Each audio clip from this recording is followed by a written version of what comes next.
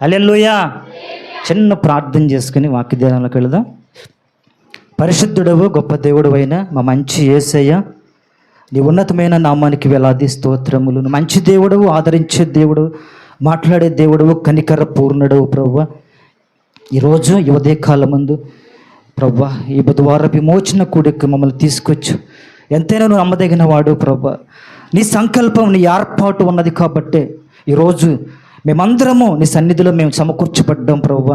నువ్వేదో కార్యం చేయబోతున్నావు, మాతో మాట్లాడబోతున్నావు, మాకు అద్భుతాలు చేయబోతున్నావు కాబట్టే ప్రభువా మమ్మల్ని పిలుచుకుని వచ్చు. అందరి బట్టి నీకు వేలాది స్తోత్రములు ప్రభువా. దాసులు, సంఘస్థులు ఎంతో ప్రయాసపడి 7 బుధవారం విమోచన కూడికలు ప్రారంభించి ఉండగా అయా తండ్రి, దానికి తగిన ప్రయాసకు తగిన గొప్ప ప్రతిఫలముతో వారు సంతోషముతో ప్రభు ముగించబడిలాగా నువ్వు సహాయము చే ప్రభు. నీ దాసుని దీవించి ఆశీర్వదించి, నీ సంఘం బిడ్డ ప్రభు నీ ఆత్మను కుమ్మరించి బలమైన కార్యములు జరిగించు ప్రభు. నీ దాసుడైన బలహీనుడను, నిలువబడి ఉన్న నా శక్తి, నా తెలివి, నా జ్ఞానము నీ సిలువ చాటును మరుగుపరిచి నీ బలమైన వాక్కుతో ప్రభు మాట్లాడి నీ నామానికి మహిమ తెచ్చుకోమని యేసు పరిశుద్ధ నామములో ప్రార్థించి వేడుకొని చున్నాం తండ్రి. ఆమేన్.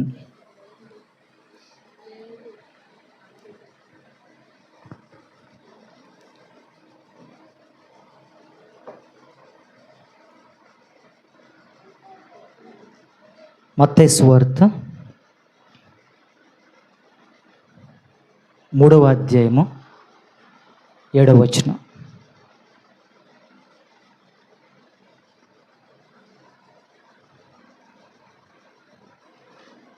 మత్తయి 3:7. మరియు అతడు పరిసయ్యులలోను సద్దూకయ్యులలోను అనేకులు బాప్తిస్మము పొందవచ్చుట చూచి, సర్పసంతానమా, రాబో ఉగ్రతను తప్పించుకొనుటకు మీకు బుద్ధి చెప్పిన వాడెవడు? మారు మనస్సుకు తగిన ఫలములు ఫలించుడి. రాబో ఉగ్రతను తప్పించుకొనుటకు మీకు బుద్ధి చెప్పిన వాడెవడు? రాబో ఉగ్రతను తప్పించుటకు మీకు బుద్ధి చెప్పిన వాడెవడు? ఎవరు బుద్ధి చెప్పేది? ఉగ్రతను తప్పించుకోమని, మారు మనసు పొందమని ఎవరు బుద్ధి చెప్పేది? చెప్పండి, ఎవరు? మీకు ఎవరు బుద్ధి చెప్తున్నారు? ఉగ్రత నుంచి తప్పించుకోవాలి, రాకడ దగ్గరగా ఉంది, దేవుని ఉగ్రత కుమ్మరించబడుతుంది, నరకము రెడీగా ఉంది, అక్కడ నుంచి తప్పించబడాలి. నా ప్రజలారా, నా ప్రియులారా, నా బిడలారా, నా సంగమా రండి అని ఎవరు మిమ్మల్ని పిలుస్తున్నారు, ఆహ్వానిస్తున్నారు? ఎవరండి? మీ అయ్యగారేనా? అయ్యగారులేనా? ఇంకెవరైనా ఉన్నారా? అయ్యగారులే. ఇందాక అయ్యగారు చెప్పాడు కదా, విందు సిద్ధపరిచి రండి అని పిలుస్తున్నా తినటానికి కూడా రావట్లే. మేము చెబుతాం, ఈ వాక్యము మీ దగ్గరకు వస్తుందంటే దైవ సేవకులు ఎంత ప్రయాసపడితే ఈ వాక్యం మీ దగ్గరకు వస్తుందో తెలుసా? ఎందుకంటే రాసుకొచ్చి చదవటానికి కుదరదు. ఇక్కడ రాసుకొచ్చేసి చదవటానికి కుదరదు. గంట సేపు ప్రసంగించాలి, మాట వెంబడి మాట సమకూర్చుకోవాలి. ఏదైనా తప్పు మాట మాట్లాడేమా అయ్యగారిని ఎండగట్టేస్తారు శుభ్రంగా, అవునా? ఒక్క తప్పు మాట మాట్లాడితే. అందుకంటే ప్రాముఖ్యంగా లైవ్లో ఉండే అయ్యగారులు చాలా కష్టమండి. ఎందుకంటే మతోన్మాదులు కాచుకుని కూర్చున్నారు. ఏదైనా పొరపాటున ఒక మాట మాట్లాడితే దాన్ని వెంటనే కట్ చేసేసి అయ్యగారిని ఎండ కట్టేసేసి కోర్టులు కూడా ఈడ్చేస్తున్నారు. చూసారా ఎంత కష్టమైపోయిందో సేవ చేయటం? రాబోయే కాలంలో సేవకులకి ఈ సేవ చాలా కష్టమైపోతుంది. రోజు రోజుకి, దినదినము సేవా జీవితం సేవకులకి కష్టమైపోతుంది. కానీ మీకేమో సేవకుని విలువ తెలవట్లేదు. ఎందుకంటే ఇంటి నిండా చక్కగా అన్నీ సమృద్ధిగా ఉంటే, అన్నీ వండి పెట్టి తినమంటే బిడ్డలకి వాళ్ళ కష్టం తెలియదు. ఎగదిగ తింటారు, సగం వదిలేస్తుంటారు పిల్లలు, అవునా? పూర్తిగా కంప్లీట్గా తింటారు, పెట్టిన భోజనాన్ని తినరు. వాళ్ళ సొమ్మేం పోద్ది? ఆ చుట్టూ ఎన్ని మెతుకులు మిగిలితే కుక్కలకేస్తారు, కోళ్ళకేస్తారు, పాడేస్తారు. ఎందుకని? వాడికి ఏం తెలుసు బాధ? కష్టపడి తెచ్చిన మీకు తెలుస్తుంది బాధ. హల్లెలూయా. అదే వాడు కూడా కష్టపడి సంపాదించే స్థితికి వస్తే అప్పుడు అంటాడు వాడి పిల్లలు, రాయ్ అన్నం పడేద్దురా, చెమటూర్చి తెస్తున్నాంరా అంటారు. అంతేనా? అంతేనే కదా. అట్లా ఎంతో కష్టపడితేనే మీ దగ్గరికి వాక్యము తేలిగ్గా వస్తుంది. మీకు చక్కగా వండి పెట్టింది పెడుతుంటే మీకు ఆ విలువ, సేవకుని విలువ తెలియట్లా. దేవుని వాక్యం సెలవిస్తుంది, రాబో కాలంలో వాక్యము దొరకదు. అయ్యగారులు ఉండరు. ఏమైపోతారు? అయ్యగారులు చూడండి, పెద్ద పెద్ద అయ్యగారులు ఏమైపోతున్నారు? తగ్గిపోతున్నారా అయ్యగారులు? చూస్తున్నారా? యూట్యూబ్ వచ్చాక మారుమూల ప్రాంతంలో ఉన్న వాళ్ళకు కూడా ప్రపంచంలో అమెరికాలో జరిగే తెలిసిపోతుంది. చూసారా దైవ సేవకుని మరణం? చార్లీ గారిది అమెరికాలో. చూసారా? చూడలేదా? అయితే అన్నగారు చూసారా? రాజమండ్రిలో ఎప్పుడు నవ్వుతూ ఉంటాడు అన్నగారు. చూసారా? దైవ సేవకుల మరణాలు చూసారా? బ్రతకలేక ఎలా బ్రతకొచ్చు కదా. లక్షలు వస్తున్న, కోట్లు వస్తున్న దేవుని సేవ ఎందుకు చేస్తున్నారంటే రాబో ఉగ్రత నుంచి మిమ్మల్ని తప్పించటానికి. హల్లెలూయా. ఆ భారం ఎందుకు వచ్చిందంటే దేవుడు ఏం చేస్తాడంటే ఆ బ్రెయిన్ని, మనసుని మొత్తాన్ని పట్టేసుకుని పిండేస్తాడండి. ఎందుకు విడిచిపెట్టి పారిపోవట్లా? హతసాక్షులు అయిపోతున్నారు, మరణాలు వస్తున్నాయి, సేవకులకి సుఖమైన జీవితం లేదు, వెంటబడుతున్నారు, వేటాడుతున్నారు. పుణ్యమైనా ఇక్కడ లక్షల కానుకలు వచ్చేసి సమృద్ధిగా కారులో తిరిగే సేవకులు ఉన్నారంటే తిండి కూడా జరగని సేవకులు ఈరోజు చాలామంది ఉన్నారు. ఎందుకు చేస్తున్నారు? ప్రాణాన్ని ప్రాణంగా పెట్టి ఎందుకు చేస్తున్నారంటే రాబో ఉగ్రత నుంచి మిమ్మల్ని తప్పించి బుద్ధి చెప్పటానికే చేస్తున్నారు. హల్లెలూయా. అది బుద్ధి చెప్పేవాళ్ళు తప్పనిసరిగా ఉండాలి. దేవుని రాకడ అత్యంత సమీపముగా ఉన్నది. హతసాక్షులు రక్తం అంట దేవుణ్ణి మొరపెడుతుందంట. ఏమని? నాదా సత్యస్వరూపి, ఎందాక నువ్వు తీర్పు తీర్చుకుంటావు? ఎందుకు తీర్పు తీర్చమన్నంటే నన్ను చంపేశారు, లోకంలో పాపం పెరిగిపోయింది, పాపిష్టులు పెరిగిపోయారు, ఎప్పుడయ్యా చూడలేకపోతున్నాం, అసహ్యంగా ఉంది అనిపిస్తుందా? లోకంలో దుష్టుల్ని, పాపలను చూస్తే రక్తం ఉడికిపోతూ ఉంటుందా? ఎంత కోపం వచ్చేస్తూ ఉంటుంది. దేవుడు ఎందుకు అంత మౌనంగా ఉన్నాడు? ఎందుకంత ఓర్చుకుంటున్నాడు? ఎందుకు ఓర్పుగా ఉన్నాడంటే ఆయన అంటాడు సమాధానంగా, ఇంకా హతసాక్షులు అవ్వాల్సిన సేవకుల లెక్క ఉందంట, అందుకే రాకడ తీర్పు ఆగుతుందంట. చూసారా? దేవుడు రాకడ తీర్పు ఎందుకు ఆలస్యం చేస్తున్నాడంటే ఇంకా హతసాక్షులు అవ్వాల్సిన సేవకులంట ఉన్నారంట. మాకు భయం కదా సేవకులకి? చెప్పండి, ఎంత తెగించి సేవ చేస్తున్నారు. ఇంత మీ అయ్యగారి గురించి చెప్పాలంటే ఈరోజు ప్రపంచం అంతా తిరిగి వచ్చాం. కాలో గట్టమ్మటైతే దారి చాలా దగ్గరేనంట. అవునా? ప్రపంచం అంతా తిరిగి వచ్చాం. అవునా? రాత్రిపూట వర్షంలో, అర్ధరాత్రి పూట ఒకసారి చెప్పారు, సగ దూరం వెళ్ళిన తర్వాత వర్షం పడిపోయిందంట. ఆ మట్టి రోడ్డు కదా, ముందుకు వెళ్దాం బండి, వెనక్కి వెళ్ళదు. ఎలాంటి పరిస్థితులు! నాకు తెలిసి ఆ రాజమండ్రిలో అన్నం చంపేసిన తర్వాత సేవకులందరూ భయపడిపోయారు. ప్రయాణం చేయాలంటే భయపడిపోయారు, ఊరు దాటి వెళ్ళాలంటే భయపడిపోయారు. ఏ సేవకుడైనా సేవను వదిలిపెట్టి వెళ్ళిపోయాడా? ఎందుకంటే దేవుడు ఏం చేస్తాడంటే గట్టిగా బలంగా పట్టేసుకుని ఉన్నాడు. ఏమైనా సరే మీరు సచ్చేదాకా సేవలోనే ఉండాలని, అంతగా మీ కొరకు రోషము కలిగే జీవితాన్ని అర్పించుకుని త్యాగం చేసి సేవకులు ఎంత ప్రయాసపడుతుంటే పోతే పోయింది బావయ్య, అయ్యగారు లేదు, గిరిగారు లేదు, నరకానికే పోతాం, అక్కడే చక్కగా కాలుతాం. ఏమి నరకరా బాబు! చూడండి, వానాకాలం సెప్టెంబర్ నెలలో తడిసిపోతున్నామా? ఎట్లా ఉంది వేడి?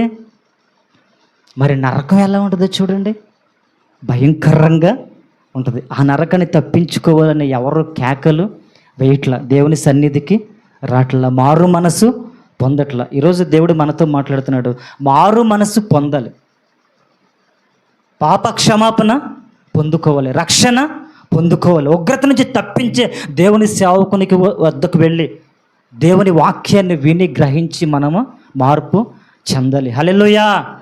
ఆ రక్షణ లేనిదే మన జీవితం అంతా శూన్యమే. అందరూ రక్షించబడ్డారా? అందరూ?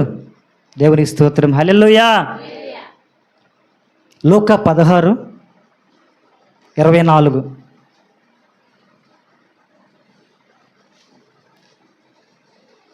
లూకా 16:24.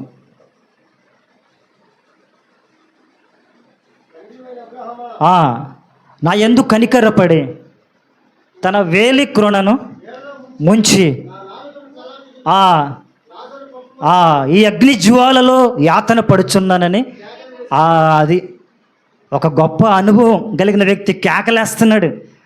మనందరికీ అనుభవం లేదని దేవుడు ఏం చేశాడంటే ఒక వ్యక్తిని నరకానికి తీసుకువెళ్ళాడు. అనుభవపూర్వకంగా మనకు తెలియచేటకు ఒక వ్యక్తిని నరకానికి తీసుకెళ్ళి అక్కడ అన్నీ చూపించాడు. వాడి కేకలు వేస్తున్నాడు. ఎవరు? ధనవంతుడు కేకలు వేస్తున్నాడు. ఏమని కేకలేస్తున్నాడు? నరకయాతను అనుభవించలేకపోతున్నా వేలి కొనతో కొంచెం నాలుకను చల్లార్చడానికి పంపించు. ఎలా ఉంటుంది అగ్ని? నరకాగ్ని ఎలా ఉంటుంది? భయంకరంగా ఒళ్ళంతా కాలిపోతూ ఉంది. అటువంటి నరకాగ్ని నుంచి తప్పించమని ధనవంతుడు కేకలు వేస్తున్నాడు. ఇటువంటి అనుభవం మనకి ఉండాలి. అనుభవించినట్టుగానే మనము దాన్ని గ్రహించాలి.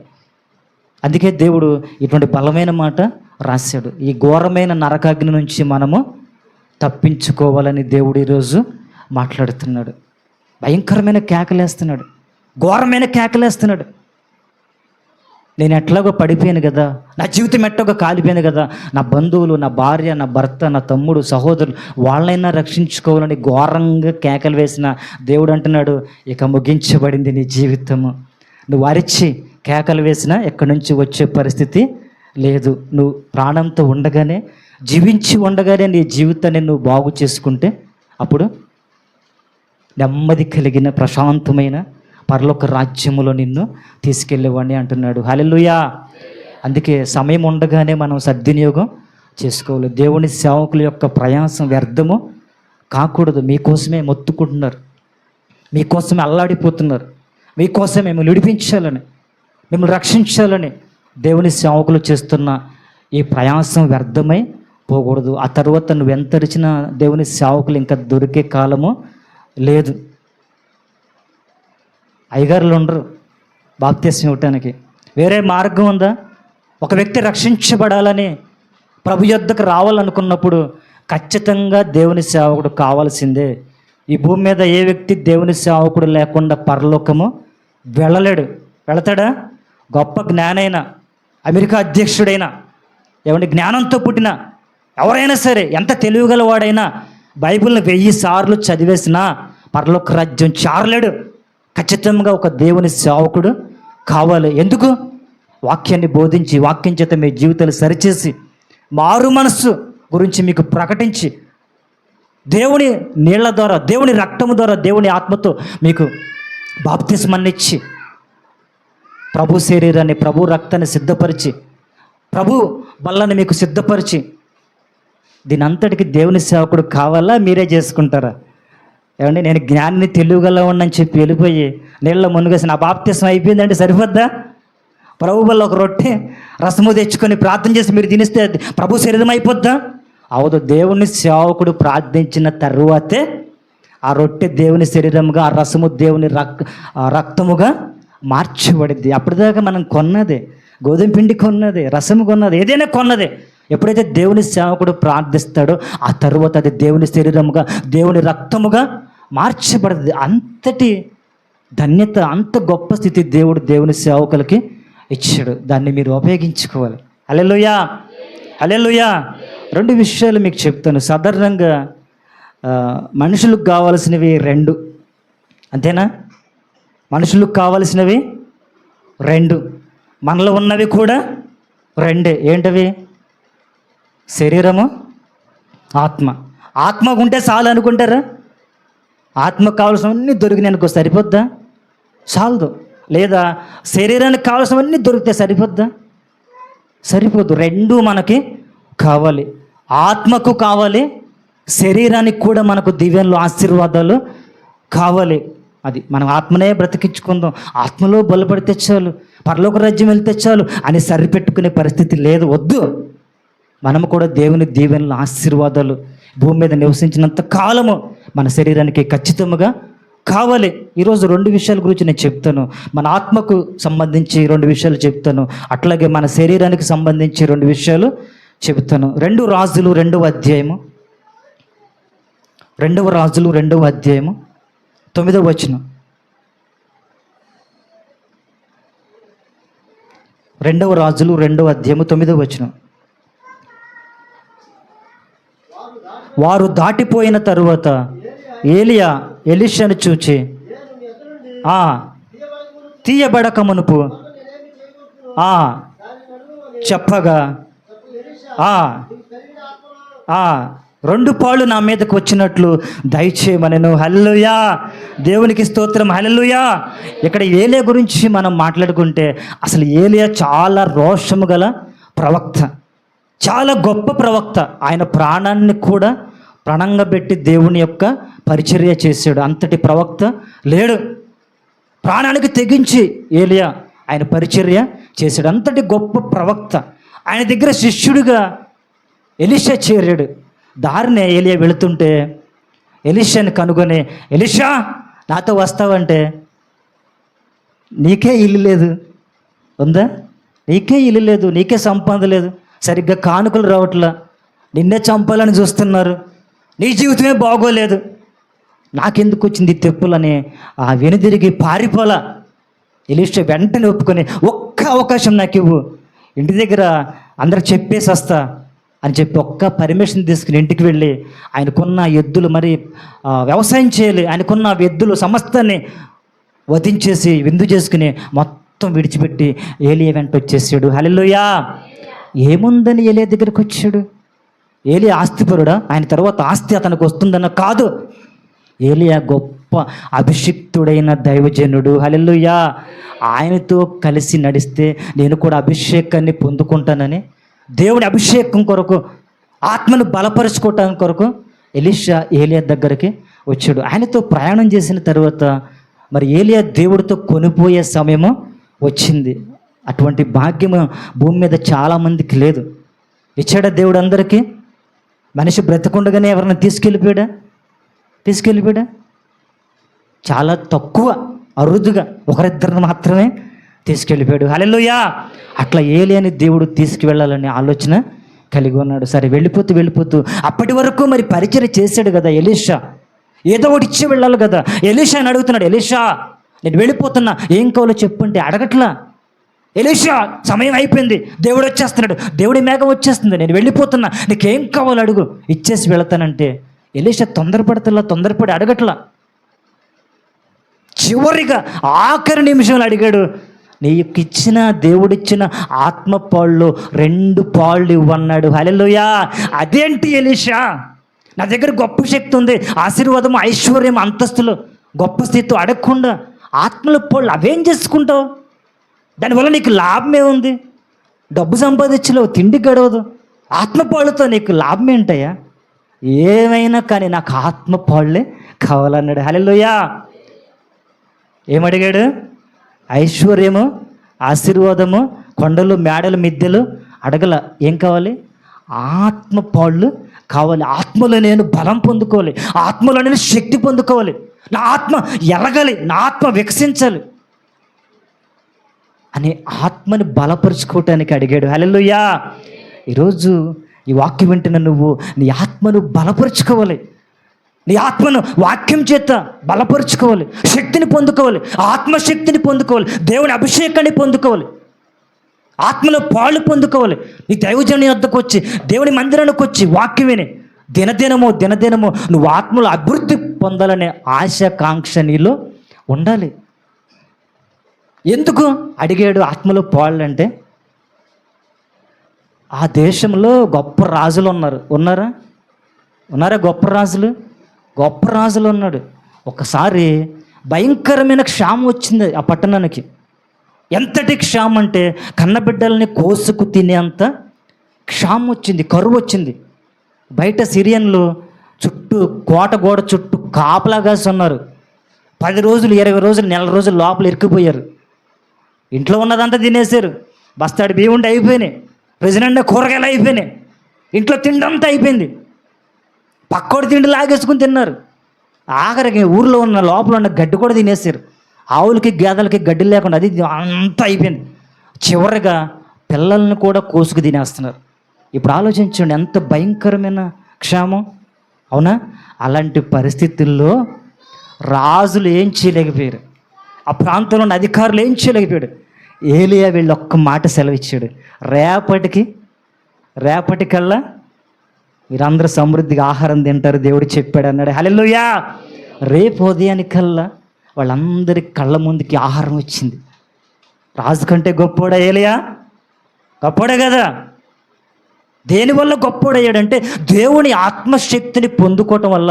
ధనమే కొన్ని సందర్భాల్లో డబ్బు ఏం చేయలేదు, నీ ఎకరాల పొలాలు కాపాడలేవు, నీ బంధువులు కాపాడలేరు. దేవుని ఆత్మశక్తి మాత్రమే కొన్ని సందర్భాల్లో నేను కాపాడగలుగుతుంది. హల్లెలూయా. దేవుని ఆత్మలో అంత శక్తి ఉంది. అట్లా ఎన్నో అద్భుతాలు ఏలియా చేసాడు కాబట్టి ఎలీషా కూడా అటువంటి ఆత్మలు 2 పాళ్ళు ఇస్తే చాలు అనుకున్నాడు. హల్లెలూయా. 2 పాళ్ళు ఆత్మను పొందుకుని ప్రపంచాన్ని మొత్తాన్ని మార్చిపారేసాడు. హల్లెలూయా. ఎలీషా చేసిన అద్భుతాలు అంత ఇంత కాదు, చేసాడా? సేమ్ ఏలియాలాగానే రాజులు చేయలేని అద్భుతాలు కూడా ఎలీషా చేశాడు. రాజులు, అధికారులు నయమాను కుష్టి ఎవ్వరు తీయలేకపోయాడు. ఎలీషా ఒక్క మాట సెలవిచ్చాడు, వెళ్ళి యోర్దానులో మునుగంటే కుష్టి మొత్తం పోయి పసిపిల్లలాగా అయిపోయాడంట. హల్లెలూయా. ఇప్పుడు అర్థమవుతుందా ఎలీషా ఎంత తెలివిగలవాడో? ఆత్మలో శక్తిని మనము పొందుకోవాలి, దేవుని పరిశుద్ధాత్మ శక్తిని పొందుకోవాలి, దేవుని అభిషేకాన్ని పొందుకోవాలి. అగ్ని వల్ల నీ ఆత్మ మంటుచూ ఉండాలి, రోషము కలిగి నువ్వు మంటుచూ ఉండాలి. నువ్వు ప్రార్థిస్తే జరిగిపోవాలి, నువ్వు కన్నీరు కాస్తే జరిగిపోవాలి. దేవుడు రా అంటే వచ్చేయాలి, దేవుని ఆత్మ దిగిరా అంటే నీ మీదకు దిగి రావాలి. అటువంటి పరిశుద్ధాత్మ శక్తి పాళ్ళు నువ్వు పొందుకోవాలి. ఆత్మలో నువ్వు వర్ధిల్లాలి. దినదినము ఆత్మలను వర్ధిల్లాలి. కానీ దినదినము నువ్వు ఆత్మలో నీరసించిపోతున్నావు. అవునా? ఆత్మలో నీరు కారిపోతున్నావు. ఎందుకని? లోకంలో ఉండే శ్రమలను చూచి. తప్పదయ్యా, శ్రమలు చాలా ఉన్నాయి. ఆత్మ అంటే కుదరదు, నీతి అంటే కుదరదు, ప్రార్థన అంటే కుదరదు, 7 బుధవారాలు ఉపవాస గుడుగులు అంటే కుదరదు, పొలం వెళ్ళాలి, పనికి వెళ్ళాలి, సంపాదనకి వెళ్ళాలి, కుదరదు.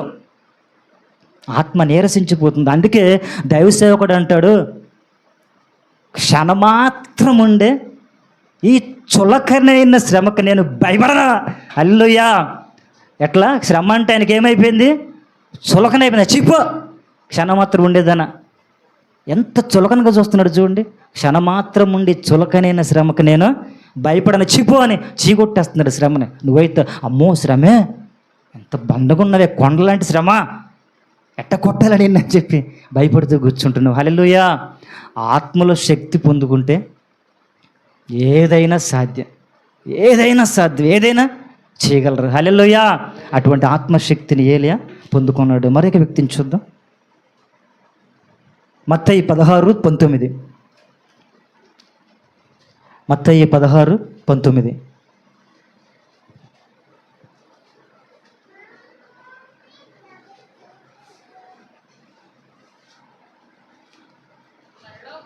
పరలోక రాజ్యం యొక్క తాళపు చెవులు నీకు ఇచ్చేదను, నీవు భూలోకమందు దేని బంధింతువో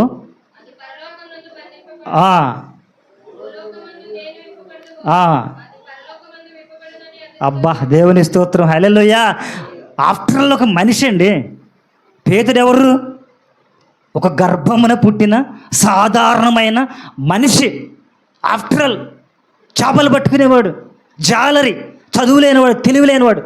ఆయనంట భూమి మీద ఏది బంధిస్తాడో అది పరలోకంలో బంధించబడుతుందంట. భూమి మీద దేన్ని విప్పుతాడో అది పరలోకంలో విప్పబడుతుందంట. అది దేవుని ఆత్మకున్న శక్తి, దేవుని ఆత్మకున్న బలము. దేవుని సేవకుడు భూమి మీద దేన్ని బంధిస్తాడో పరలోకంలో కూడా అది బంధించబడుతుంది. నీ మీద ఉన్న దెయ్యాల్ని, నీకున్న రోగాల్ని, నీకున్న భయంకరమైన పీడిత శక్తుల్ని, నీకున్న సమస్యల్ని, నీకున్న శోధనల్ని దేవుని సేవకుడు ఆత్మశక్తి చేత బంధిస్తే పరలోకంలో కూడా అవి బంధించబడి దేవదూతలు దేవుడు ఆమేన్ అంటాడంట. హల్లెలూయా. నువ్వేది బంధిస్తావో దేవుడు అది అక్కడ చేస్తాడు. ప్రభువా నేను ఈ దెయ్యాన్ని బంధిస్తున్నంటే ఓకే రైట్, ఇక్కడ బంధించబడుతుంది అన్నాడు. హల్లెలూయా. ప్రభువా ఈ రోగం నుంచి వీళ్ళు విడిపిస్తున్నానంటే ఓకే రైట్, ఇక్కడ కూడా విడిపించబడుతుంది, ముద్ర వేయబడుతుంది. నువ్వేదైతే విడిపిస్తావో ఇక్కడ కూడా దానికి ఆమేన్ అంటాం. హల్లెలూయా. అంతటి శక్తి ఉంది దేనికి? ఆత్మశక్తికి. ప్రపంచాన్ని కదిలించేస్తుంది. దేవుని ఆత్మకున్న శక్తి ప్రపంచాన్ని కూడా కదిలించేస్తుంది, మార్చివేస్తుంది. అటువంటి శక్తిని పేతురు పొందుకున్నాడు. హల్లెలూయా. అందరూ ప్రభువుని వెంబడిస్తున్నారు. కొంతకాలం వెంబడించి సగం దూరం వచ్చారు ప్రయాణం. ప్రభు మాటలు నచ్చట్ల. ఎందుకంటే ఆయన మొహమాటం లేనోడు. తెలుసా మీకు? అయ్యగారులకి నాకు చాలా మొహమాటం. ఇప్పుడు పోయిందిలేండి. హల్లెలూయా. అయ్యగారులకి మొహమాటం ఉండకూడదు. మీకు తెలుసో లేదు. అయ్యగారులకి మొహమాటం ఉంటే ఏమైద్ది? శుభ్రంగా ఎవడి దారిని వెళ్ళిపోతాడు. పాపం చేసాడు, పాపం చేస్తాడు, ఏమన్నా అంటే ఏమనుకుంటారు అని అయ్యగారు మొహమాట పడ్డాడు అనుకో. అక్కడ చూసాడు నిన్న సినిమా థియేటర్ దగ్గర వచ్చి 4 మాటలు చెప్పి గద్దించి తిడదామని అనుకుంటే మందిరం మానేస్తుందేమో, కానుకలు ఇవ్వడేమో. ఏమనుకుంటాడంటే మొహమాట పడ్డాడు అనుకో, ఏమైద్ది? శుభ్రంగా పోయి నరకంలో కూర్చుంటారు. అందుకే అయ్యగారు మొహమాట పడకూడదు, కడిగి పారేయాలి. తిమోతితో అంటాడు దేవుడు, నువ్వేదైనా అందరి ముందు గద్దించేయి, అందరి ముందే గద్దించు, పక్కనోడు మారతాడంట. సాటుగా పిలిచి రహస్యంగా పక్కకు తీసుకెళ్ళి, అయ్యగారికి నన్ను చూసాడనుకో సినిమా థియేటర్ ముందు వాక్యంలో అందరి ముందు తిట్టాలా? పక్కకు పిలిచి చెప్పొచ్చుగా. కుదరదు. నిన్ను తిడితే కానీ వీళ్ళందరూ జాగ్రత్త పడతారు. ఆ పిల్లలను కూడా అంతే. ఆ పిల్లను ఒక దెబ్బేసినంటే పక్కనోడు చెట్టరెట్ అయిపోతాడు. అదేనా? అంతే. అందుకే మొహమాట ఉండకూడదు. అయ్యగారికి మొహం మీద పెట్టి కొట్టేయాల్సిందే. దేవుడు ఇచ్చాడు అధికారం. ఇచ్చాడా? బుద్ధి చెప్పుటానికి, గద్దించడానికి, కొడతానికి, తిడతానికి బెత్తం ఇచ్చాడు. హల్లెలూయా. అది ఎవరికోసం? మీకోసం. దెబ్బ కొడితేనే మీరు మంచి మార్కులు నడుస్తారు. దెబ్బ కొట్టేది అయ్యగారు, తర్వాత ఆయింట్మెంట్ రాసేది అయ్యగారు. ఈరోజు తిడతాడు అనుకో, రేపు పొద్దున ప్లాన్ చేసుకుంటాడు. పోయిన ఆదివారం నా బిడ్డను తిట్టాను కదా, ఈరోజు బెట్ట కొట్టి ఆయింట్మెంట్ రాసేయాలని. నేను కూడా మొన్న అట్లాగే రాసా. ఓ బిడ్డను తిట్టేసా, కోపం అంతే. అందరి ముందు తిట్టేసా, తప్పు చేసే తప్పని. వచ్చే ఆదివారం ఆయింట్మెంట్ తీసుకొచ్చి చక్కగా రాసేస్తే చప్పట్లు బాగా కొట్టింది ఆరాధన చేసేటప్పుడు. వచ్చేటప్పుడు మొహం మార్చుకుని వచ్చి తలదించుకున్న ఆయనకు చోట్ల ముందు తెచ్చేలే అన్న. ప్రార్థన అయిపోయిన తర్వాత నవ్వుకుంటే అయ్యగారు అందనాలు ఉంది. ఎందుకంటే ముందు వేసేసే. దేవుడు ఏమంటాడు? గాయములు చేసేది ఆయనే, గాయములు మాన్పేది ఆయన మొహమాటం లేకుండా మాట్లాడాడని చాలామంది నచ్చక వదిలేసి వెళ్ళిపోయారు. చాలామంది వెళ్ళిపోయారు. అట్లాగే ఈరోజు అయ్యగారు నచ్చట్లా, ఖండిస్తుంటే, గద్దిస్తుంటే, మందలిస్తుంటే నచ్చట్లా. అయ్యగారు ఎందుకమ్మా మొహం మీద అంటారు? పక్కన అయ్యగారు అయితే చక్కగా ఎంత తీయగా చెప్తాడు, ఎంత బాగుంటుందో, అసలు ఏమండు, ఎంత ప్రేమగా పలకరిస్తాడు. నాన్న బుడ్డి కచ్చా చన్న కన్నా ప్రేమగా పలకరిస్తాడు. నాన్న అక్కడికి వెళ్ళిపోతాం చక్కగా. ఏమన్నాడు? నెక్స్ట్ వచ్చినట్టు అంటాడు. ఆదివారం కానుక తెస్తే చాలు. హల్లెలూయా. అందుకే యేసుప్రభుని విడిచిపెట్టేసి చాలామంది వెళ్ళిపోతే దేవుడు అంటున్నాడు, పేతురు వీళ్ళందరూ వెళ్ళిపోయారు కదా, అందరూ వెళ్ళిపోయారు, చాలామంది వెళ్ళిపోయారు, నువ్వు కూడా వెళ్ళిపోతావా అన్నాడు. పేతురు అంటాడు, అయ్యా ఎక్కడికి వెళతాను? ఇంకో మార్గం లేదు కదా, ఇంకెవరున్నారయ్యా? ఇంకో దేవుడు ఉన్నాడా? నీలాంటి వాడున్నాడా? పరలోకాన్ని ఇచ్చేవాడు ఉన్నాడా? నరకం నుంచి తప్పించేవాడు ఉన్నాడా? ఎవరు లేరే. నువ్వు తప్ప వేరే వెసులుబాటు మాకు లేదు, నువ్వు తప్ప వేరే మార్గం మాకు లేదు, నువ్వు తప్ప వేరే ఆప్షన్ మాకు లేదు. చావైనా బ్రతికైనా నీతో ఉంటేనే సాధిస్తాం తప్ప నువ్వు లేకపోతే మా బ్రతుకు శూన్యం. ఎక్కడికి పోతున్నాయ్యా? చావనైనా చస్తగా నీ పాదాల చెంతే పడి ఉంటా అన్నాడు. అందుకే పాతాళపు నుంచి తప్పించే శక్తిని పేతురికి ఇచ్చాడు. పాతాళపు తాళపు చెవులు పేతురికి, పరలోక రాజ్యం యొక్క తాళపు చెవులు పేతురికి ఇచ్చాడు. ఊరినే పొందుకున్నాడేంటి? ఇచ్చాడా? ఒకరోజంట పేతురు దేవాలయానికి వెళుతుంటే, పేతురు దగ్గర ఆస్తి లేదు, డబ్బు లేదు, ఇల్లు లేదు, సంపాదన లేదు, కానీ దేవుని ఆత్మశక్తి మాత్రమే ఉంది. ఏమి లేదు, జేబులో చిల్లి కావలేదు. అంత బెకరోడండి, బెకారయ్య గారు, పేద అయ్య గారు. చర్చిలోకి వెళ్తుంటే కుంటోడు ఏం చేస్తున్నాడు? జేబు చూస్తున్నాడు. జేబు ఒత్తుగా ఉందా, ఎంత వేస్తాడు, ఈయన బాగున్నాడు, అయ్యగారులాగా ఉన్నాడు, కానుకలు బాగా వస్తాయి, దశం భాగాలు వస్తాయి, పెద్ద కానుక వేస్తాడని చూస్తుంటే ఏమి లేవు, జేబులు చిల్లిగా అవ్వలేదు, నాకులాగా ఏమి లేవు. ఏంటి ఎడ చూస్తున్నావు? ఎందుకు చూస్తామయ్యా, ఏదో ఒకటి అయ్యి ఇట్రా. నా దగ్గర అయితే డబ్బు లేదయ్యా, ఏం సంపాదించలా, ఏం కూడగట్టుకోలే, కానీ ఒకటైతే ఉంది, నీకు ఇస్తారా అన్నాడు. ఏదో కాయలో డబ్బులు లేకపోతే ఏదో కాయలో లేకపోతే మూటలో తెచ్చాడు అన్నాడు. దేవుడు ఇచ్చినది ఒకటి నా దగ్గర ఉంది, రాని పిలిచి ప్రార్థన చేసి ఆ కుంటుని బాగు చేశాడు. హల్లెలూయా. డబ్బు అయితే లేదు, ధనం అయితే లేదు, ఆస్తి అయితే లేదు, కానీ అంతకంటే విలువైన లోకంలో డబ్బు ధనము చేయలేని ఆత్మశక్తి పేతురు దగ్గర ఉంది. హల్లెలూయా. వెంటనే లేచి కుందెల్లా గెంతుకుంటూ పరిగెత్తుకుంటూ వెళ్ళిపోయాడు. హల్లెలూయా. ఇది దేవుని ఆత్మకున్న శక్తి. అందుకే లోకంలో ఏమి సంపాదించకపోయినా దేవుని సేవకుడు, దేవుని విశ్వాసులు ఆత్మశక్తిని మాత్రము తప్పనిసరిగా సంపాదించాలి. దానితో ప్రపంచాన్ని కొనేయవచ్చు, ప్రపంచాన్ని నీ చుట్టూ తిప్పుకోవచ్చు, ప్రపంచంలో నువ్వు గొప్ప స్థితిలోకి వెళ్ళొచ్చు. అటువంటి ఆత్మశక్తిని మనం సంపాదించాలి. హల్లెలూయా. పుట్టుకు దేవుడు గొప్పోడు కదా. పేతురు ఏమన్నా గొప్పోడా? మహావిశ్వాస. చిన్నప్పటి నుంచి వాక్యమైన పాలతో పెరిగి పెద్ద అయ్యాడా? తల్లిదండ్రుల సేవకుల బాగా నేర్పారా?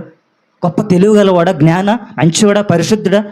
కాదు, లోపం కూడా ఉంది. అసలు ఈయనెవరో తెలవదని ప్రాణాన్ని దక్కించుకోవటానికి ఈయనెవరో నాకు తెలవదని 3 మార్లు అబద్ధం ఆడేసాడు. అవునా? ఇట్లాగే నీ జీవితంలో కూడా పొరపాట్లు ఉంటాయి, తప్పులు ఉంటాయి, కానీ సరిచేసుకుని ప్రభు యొద్దకు వస్తే అవన్నీ దేవుడు మర్చిపోయి ఉన్నతమైన ఆత్మను దేవుడు నీకు దయచేస్తాడు. హల్లెలూయా. ప్రాణాన్ని దక్కించుకోవాలని ప్రయాసపడి ప్రాకురులాడి దేవుణ్ణి ఎరుగను అని చెప్పిన పేతురు ఆఖరికి హతసాక్షిగా తన ప్రాణాన్ని దేవుడి కోసం పెట్టేశాడు. హల్లెలూయా. ఎందుకు వచ్చిందంటే ఈ మధ్యలో దేవుని ఆత్మ పేతురుని బలంగా తాకింది కాబట్టి హతసాక్షి మరణానికి కూడా సేవకుడు వెళ్ళిపోయాడు. ఇట్లా ఆనాడు మిషనరీస్ నుంచి, పేతురు నుంచి, అపొస్తలుల నుంచి, ఈ మధ్య రీసెంట్గా చనిపోయిన దైవ సేవకుల వరకు ఎందుకు హతసాక్షులు అయిపోతున్నారంటే దేవుని ఆత్మచేత వాళ్ళు బంధించబడి ఉన్నారు, దేవుని ఆత్మశక్తితో బంధించబడి ఉన్నారు. అందుకే వారి ప్రాణాన్ని తేలిగ్గా ఒలికించేసి వెళ్ళిపోతున్నారు. ఎంత ప్రయాసం, కష్టం సేవకులు మీకోసం చేస్తుంటే అటువంటి ఆత్మను బలపరుచుకోవాలని, ఆత్మను కాపాడుకోవాలని ఈరోజు విశ్వాసులు లేరు. అందుకే దేవుడు మాట్లాడుతున్నాడు, బలమైన శక్తి గల ఆత్మను మనము పొందుకోవాలి. దేవుని ఆత్మను మనము పొందుకోవాలి. హల్లెలూయా. దేవుని శక్తిని మనము పొందుకోవాలి. అయిపోయింది. వచ్చిందా ఆత్మకు శక్తి? వచ్చిందా ఆత్మకు బలము? ఎలా ఉంది మీ ఆత్మ? ఒకసారి పరిశీలించుకోండి. వెలుగుతుందా? రోషముగా వెలుగుతుందా? మండే అగ్నిలాగా మండుతుందా? ఎక్కడైనా ఆరిపోయిందా? నీళ్లు పడినాయా? వాన చినుకులు పడినాయా? ఎందుకు? లోకంలో వచ్చిన శ్రమల కోసం, లోకంలో వచ్చిన బాధల కోసం చల్లనీళ్ళు పడిపోయినాయా? మంట ఆరిపోయిందా? ఎప్పుడు బగబగబగమని మండుచు ఉండాలి నీ ఆత్మ. నేను అంటుకుంటే కాలిపోవాలి. మంట నీలో ఉండాలి, అగ్ని నీలో రగలాలి. ఉత్తుత్తు భక్తి అసలు చెయ్యొద్దు. హల్లెలూయా.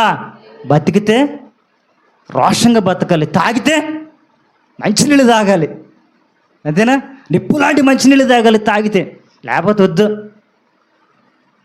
హల్లెలూయా. ఆదికాండం 39, ఆదికాండం 20:16.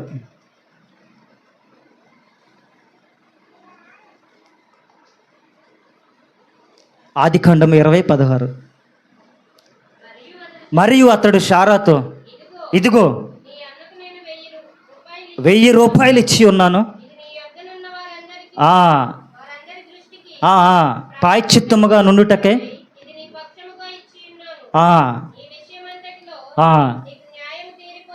అబ్బా, దేవుని స్తోత్రం. హల్లెలూయా. 1000 రూపాయలు ఇచ్చాడంట శారాకి. ఎంత? ఎప్పుడు? ఎంతకాలం క్రితం? పోయిన సంవత్సరమా? 10 ఏళ్ల క్రితమా? సుమారు చెప్పండి. ఎంతకాలం క్రితం 1000 రూపాయలు? 5-6 వేల సంవత్సరాల క్రితం 1000 రూపాయలంట. 20 ఏళ్ల క్రితం 1000 రూపాయలు మనం చూడలే అసలు. చూసావా? 20-30 ఏళ్ల క్రితంకి వెళ్తే 1000 రూపాయలు తెలియదు. 1000 రూపాయలకి 100 ఎకరాల పొలం, 500కే పొలం అంట. మా తాతయ్యళ్ళు 500కి ఎకరం పొలం కొన్నారు. మా తాతలే అంటే 500 అంటే ఎంత గొప్ప చూడండి. ఇప్పుడు ఎకరం పొలం 20-30 లక్షలు అయిపోయింది. మరి 4-5 వేల సంవత్సరాల క్రితం 1000 రూపాయలు అంటే ఎంత? కోట్లు ఇచ్చాడు దేవుడు. హల్లెలూయా. గొప్ప ఆశీర్వాదాలు ఇచ్చాడు దేవుడు. అందుకే చెబుతా, ఆత్మకు సంబంధమైనవి మాత్రమే మనకు చాలదో, భూ సంబంధమైన, శరీరానికి కావాల్సినవి కూడా మనము దీవెనల ఆశీర్వాదాలు సంపాదించుకోవాలి. సరిపెట్టుకో. మనుషులు ఎలా ఉన్నారంటే సరిపెట్టుకోవటం మనుషులకు అలవాటు అయిపోయింది. చాలు అని సరిపెట్టుకోవటం అలవాటు అయిపోయింది. ఇంతవరకు గీత గీసుకుని అందులోనే ఉంటున్నారు. నిజంగా ఎక్స్పెక్టేషన్ పెరగట్లా, దేవుని యొద్ద నుంచి పొందుకోవాలని తపన పెరగట్లా. ఇంకా చిత్తుకాయతలు ఏరుకునే వాళ్ళు ఉంటారు కదా, తెలుసా? కాగితాలు, వాటర్ బాటిల్స్, ప్లాస్టిక్ కాగితాలు ఏరుకుంటూ ఉంటారు కదా. ఒకసారి వాళ్ళ వాడకి వెళ్ళే నేను. ఒక ప్రాంతంలో అందరు వాళ్ళే, చక్కర వృక్షాలు ఉన్నాయి, ఒక 20-30 ఇళ్ళు దాకా ఉన్నాయి. అడుగు కూడా అక్కడ ఉండలేకపోయా. ఎంతసేపు? ఒక్క అడుగు కూడా అక్కడ ఉండలేకపోయా. డ్రైనేజీ, వాళ్ళ మధ్యలోంచి డ్రైనేజీ వెళుతుంది, డ్రైనేజీ కాలువలు. ఆ ఇల్లంతా చిరిగిపోయి బురద తడిసిపోయి బురదలోనే తిరుగుతున్నారు. ఇంట్లో కుర్చీలేసి భార్యాభర్తలు చక్కగా ముచ్చట్లు చెప్పుకుంటున్నారు. అంత భయంకరంగా ఉంది ప్రదేశం, చాలా అసహ్యంగా ఉంది, ముక్కు మూసుకునే పరిస్థితి. అక్కడ కూడా ఒక చర్చ్ ఉంది. హల్లెలూయా! వాళ్ళందరూ కలిసి ఒక చర్చిని ఏర్పాటు చేసుకున్నారు. బయట వాళ్ళు రారంట. అట్లా ఆ చెంచు వాళ్ళకు అందరూ సంబంధించి ఒక సంస్థ ఉందంట. వాళ్ళే చర్చి పెట్టి ఎవరు రానివ్వరంట. వాళ్ళే వాక్యం చెప్తే బలపరుస్తూ ఉంటారంట. ఒక చర్చ్ ఉంది అక్కడ. వాళ్ళందరూ విశ్వాసులే, చక్కగా ప్రార్థనకి వెళ్తున్నారు, భక్తిపరులే. కానీ ఎక్కడుంటున్నారు వాళ్ళు? మురికి వాడలో, మురికిలో కలిసి ఉంటున్నారు. మీకు తెలుసో లేదో, మనకంటే భక్తిపరులు వాళ్ళల్లో ఉండుంటారు, మనకంటే నీతిమంతులు ఉండుంటారు. కాగితాలు ఏరుకున్నా, చిత్తు కాగితాలు ఏరుకున్నా, బాగా దరిద్ర స్థితిలో ఉన్న విశ్వాసంలో మనకంటే బలంగా ఉన్న వాళ్ళు ఈ భూమి మీద చాలామంది ఉండే ఉంటారు. చూడండి, కొన్ని ఫొటోస్ చూస్తూ ఉంటే, వీడియోస్ చూస్తూ ఉంటే ఆ హృదయానికి తాకుతి. బిచ్చగాడు, పరమ బిచ్చగాడు, బైబిల్ పట్టుకుని ఎప్పుడు ధ్యానం చేస్తా కూర్చుంటాడు. చూసారా? ఉండరు? బిచ్చగాళ్ళే, అడుక్కునే వాళ్ళే, అయినా దేవుళ్ళు బలంగా భక్తి చేస్తూ ఉంటారు. ఎందుకు అలాగా? వాళ్ళు ఏమని ప్రార్థన చేస్తారంటే, బిచ్చగాడు, అయ్యా ఈరోజు నేను అడుక్కోటకు వెళ్తున్నా, నిన్న 100 రూపాయలు వేసారు, ఇవాళ ఒక 10 రూపాయలైనా పెంచయ్యా. ఏమని అడుగుతాడు? నిన్న 100 రూపాయలు వచ్చినాయి, ఇవాళ ఒక 10-20 పెంచయ్యా. వాడి జీవితకాలం అంతా అదే ప్రార్థన. అంతేనా? అడుక్కునోడు ఏం చేస్తాడు? 100 రూపాయలు వచ్చినాయి, ఇంకొక 10 వస్తే బాగుండు, ఇంకొంచెం ఎక్కువ మంది వేయాలి, అయ్యా వాళ్ళ ఇంకా ఎక్కువ మంది వేయాలి, జనాలు ఎక్కువ, హోటల్ దగ్గర గుంపు కూడా అయ్యా, వెళ్ళోడల్లా వేయాలయ్యా. ఇదే ప్రార్థన చేస్తాడు తప్ప, అయ్యా నేను ఇక్కడ ఎందుకు ఉండాలి, నీ బిడ్డ నీ ప్రజలు ఎందుకు ఉండాలి, నువ్వు ఆశీర్వదించాలి, దీవించాలి, ఎందుకు ఉండాలి, నేను నన్ను ఎత్తు, పైకెత్తు, లేవనెత్తు, ఇక్కడ ఉంచి లేపు, నన్ను గొప్ప స్థితిలో నన్ను ఉంచు, వాళ్ళగా నేను కారులో తిరగాలి, వాళ్ళగా ఇల్లు కట్టుకోవాలి అని ప్రార్థన చేయడు. ఏమని చేస్తాడు? ఎక్కువ మంది ఈరోజు భిక్ష వేయాలని అడుక్కుంటాడు. ఈ ప్లాస్టిక్ డబ్బాలు లేనప్పుడు అదే ప్రార్థన చేస్తారు. ఈరోజు బాగా చెత్త ఎక్కువ, పెళ్ళిళ్ళు బాగా జరిగిన వైపు తీసుకెళ్ళయ్యా, అక్కడ వాటర్ బాటిల్ బాగుంటాయి, పెళ్ళిళ్ళు బాగా జరగాలి, వాటర్ బాటిల్ బాగా దొరకాలి, ప్లాస్టిక్ బాగా దొరకాలి, మాకంటే ముందు ఇదే ప్రార్థన. దేవుడేమంటాడు? సరే అంటాడు, నువ్వు అడిగింది ఇస్తాడు. ఈరోజు పంట పొలం చేసే, వ్యవసాయం చేసే కూలి కౌలుదారుడు ఏమంటాడంటే, ఈరోజు 30 బస్తాలు పండాలి, ఏసయ్యా ఎట్లాగే 40 బస్తాలు పండాలి. ఎరా ఎంతకాలం 30 పండాలి, 40 పండాలి? కాదయ్యా 10 ఎకరాలు నేను ఈ పొలం నేను కొనాలని ప్రార్థన చేయవా? చేస్తున్నారా? ఈ పొలం నేను కొనాలయ్యా, ఏమైనా ఈ పొలం నేను కొనాలని ప్రార్థన చేస్తున్నారా? కాదు. వర్షం రాకుండా, తుఫాను రాకుండా, పంట చేతికొచ్చి దడిచే, చాలయ్యా చాలయ్యా, కృప చాలు అంటే కాదు. ఎక్స్పెక్టేషన్ పెరగాలి, సాధించాలని తపన ఉండాలి. వాళ్ళ సొత్తా ఏంటి? ఆశీర్వాదం అబ్రహం సొత్తా? అబ్రహం పైనుంచి దిగి వచ్చాడు, తల్లి గర్భం నుంచి వచ్చాడా? ఎందుకు ఇచ్చాడు అంత ఆశీర్వాదం? అవునా? అబ్రహం అయితే ఏంటి, సామ్యాలు అయితే ఏంటి, ఎక్కడ అబ్రహం అయితే ఏంటి, అక్కడ అబ్రహం అయితే ఏంటి? ఎవరైనా దేవుని ప్రజలే, దేవుని బిడ్డ. ఆయన పక్షపాతం చేసేవాడు కాదు. ఎవరికైనా అడిగిన వారికి ధారాళంగా ఇచ్చే దేవుడు. 1000 రూపాయలు ఇచ్చాడంట, కొన్ని కోట్ల విలువ, అంతటి ధనం ఇచ్చాడంట. ఎందుకు ఇచ్చాడంటే, ఇప్పుడు అంటున్నా కదా, అబ్రహాం దిగొచ్చాడా, శారాన్ని దిగొచ్చిందా? ఎందుకు ఇచ్చాడంటే, వాళ్ళు సరైన భక్తి చేశారు, ఆత్మ కోసం వాళ్ళు నిలబడ్డారు. కానీ ఈ శరీరాన్ని సంపాదించుకోవడానికి నిలబడాల, అంతేనా? ఆత్మ కోసం మాత్రమే నిలబడ్డారు. అందుకే అంత ఆశీర్వాదాన్ని పొందుకున్నారు. శారాని తీసుకెళ్ళిపోయాడు అబీమెలెకు రాజు, తీసుకెళ్ళిపోయాడు. అబ్రహాం చెప్పాడు, నా భార్య కదా, చెల్లను, లేకపోతే చంపేసి తీసుకెళ్ళిపోతారని. ఎందుకంటే మరి భర్త ఉంటే భర్తను చంపేసి తీసుకెళ్ళిపోతాను, చెల్లి అని అబద్ధం ఆడితే. శారా అబీమెలెకు ఇంటికి వెళితే, ఆ రాత్రి కొద్ది కాలం ఉన్న తర్వాత అబీమెలెకుతో దేవుడు మాట్లాడి, ఆమెను అంటుకున్నవా నీ తోలు ఒలిసేస్తా అన్నాడు. ఆమె మీద చెయ్యి వేసావా కాల్చిపడేస్తున్నాడు, గుండెలు అదిరిపోయి. అయ్యా నేనేం తప్పు చేశాను, ఆ పెళ్ళైన సంగతి నాకు తెలియదు, వాళ్ళ భర్త అబద్ధం మాట్లాడు, ఇందులో నా తప్పే ఉంది. అవును కరెక్టే, నీ తప్పు లేదు కాబట్టే నేను వెంటనే నాశనం చేయకుండా నీకు చెప్పి సరి చేసుకోమని చెప్తున్నా, అందుకే నీకు అవకాశం ఇచ్చా అన్నాడు. హల్లెలూయా. వెంటనే గుండెలు అదిరిపోయి పొద్దున్నే పిలిపించి ఆస్తి అంతా పోగేసి 1000 రూపాయలు ఇచ్చి పంపించాడు. హల్లెలూయా. శారా బలంగా నిలబడింది. అబ్రాం అన్నాడు, శారమా రా వెళదాం. ఎక్కడికయ్యా? దేవుడు చెప్పాడు రా వెళదాం. ఎక్కడికి? ఎక్కడికో నాకు తెలియదు, నీకు తెలియదు. పోసు సన్నాసుడా, నీకు తెలియకుండా నేనట్టు వస్తాను అందా అందులో పదా అంది. మూట నెత్తిని పెట్టి తీసుకెళ్ళిపోతున్నాడు పట్టుకుని, శారాన్ని తీసుకెళ్ళిపోతున్నాడు. ఎక్కడికయ్యా? ఏం పని చేస్తావు? ఎలా బ్రతుకుతాం?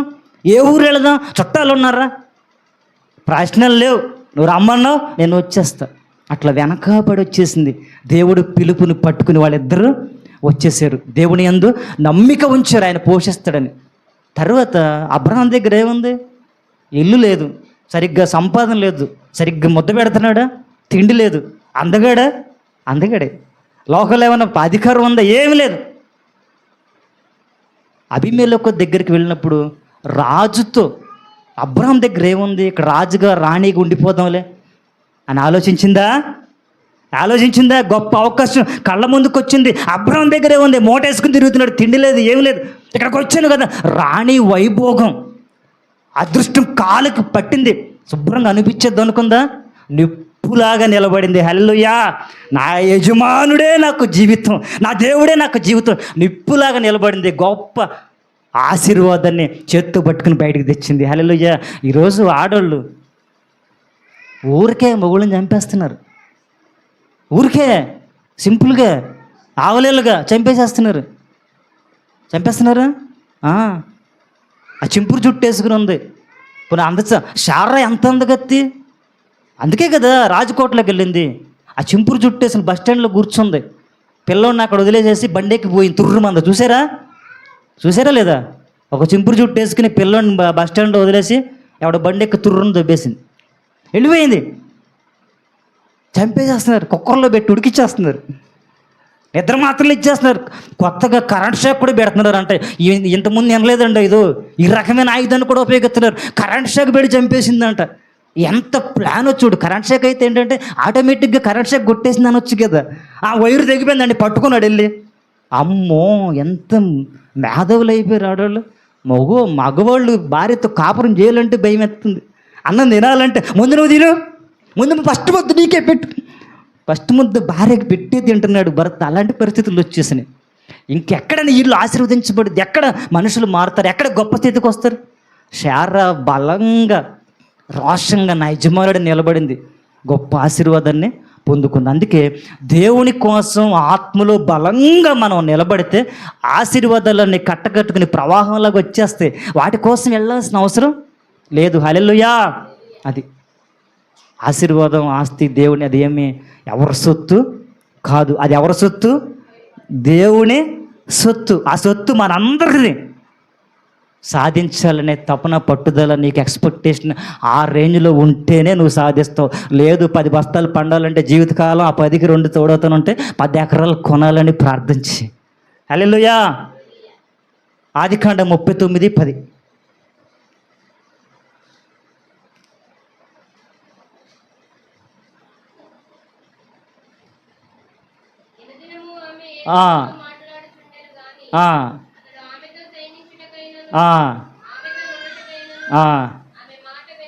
విన్నవాడు కాదు, రోషము గల మొనగాడండి యోసేపు. హల్లెలూయా.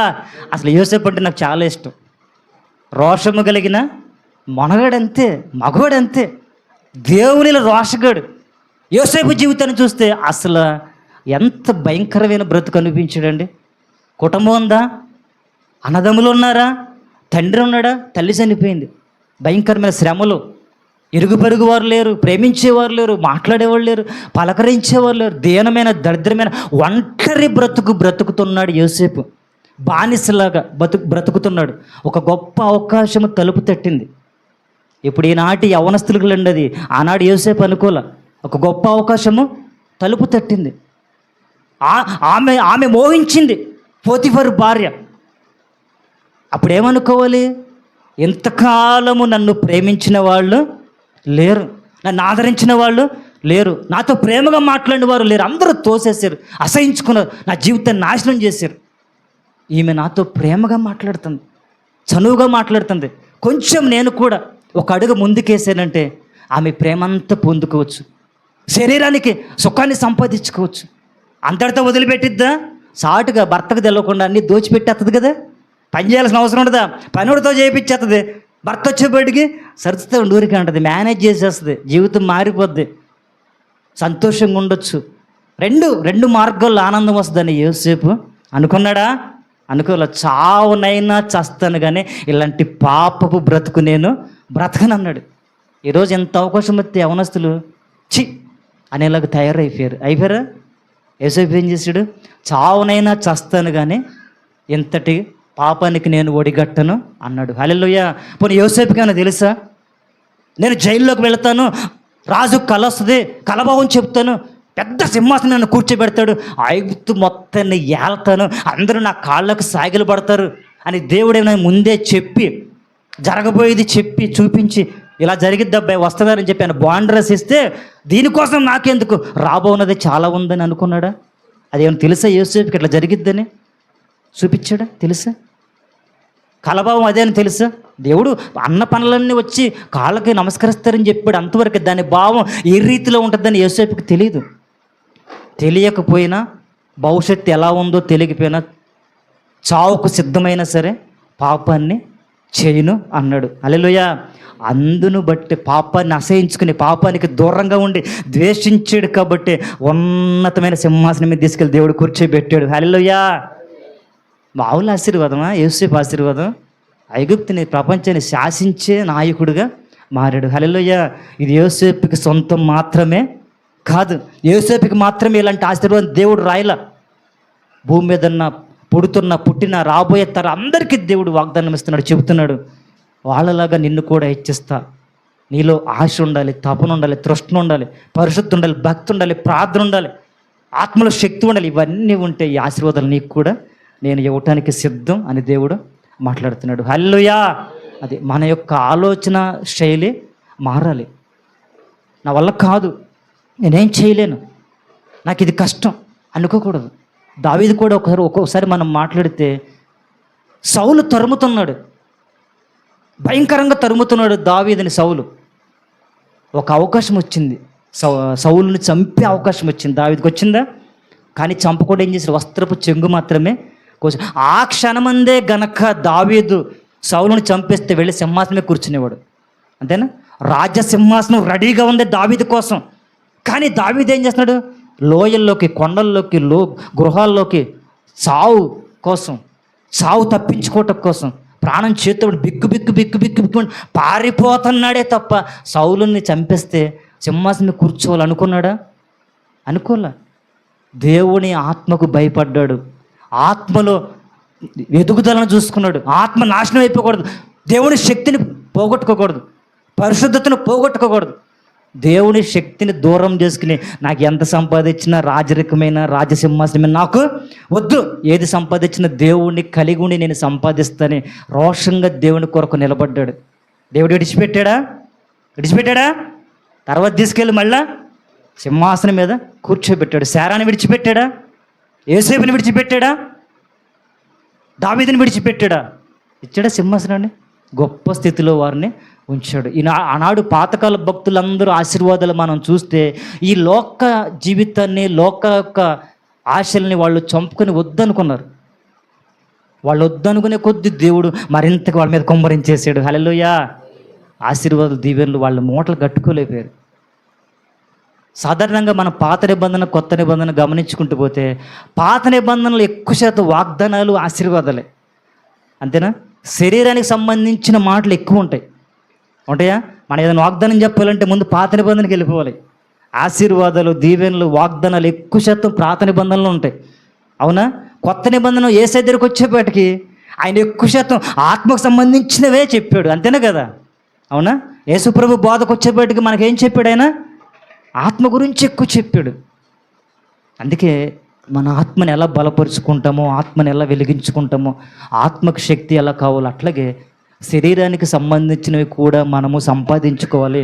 పేదవాడిగా చచ్చిపోవద్దు, దిక్కులేనివాడిగా చచ్చిపోవద్దు, రోగాలతో చచ్చిపోవద్దు, శ్రమలతో వెళ్ళిపోవద్దు. ఏదైనా సరే దాన్ని విడిపించుకుని నువ్వు బయటికి రావాలి. హల్లెలూయా.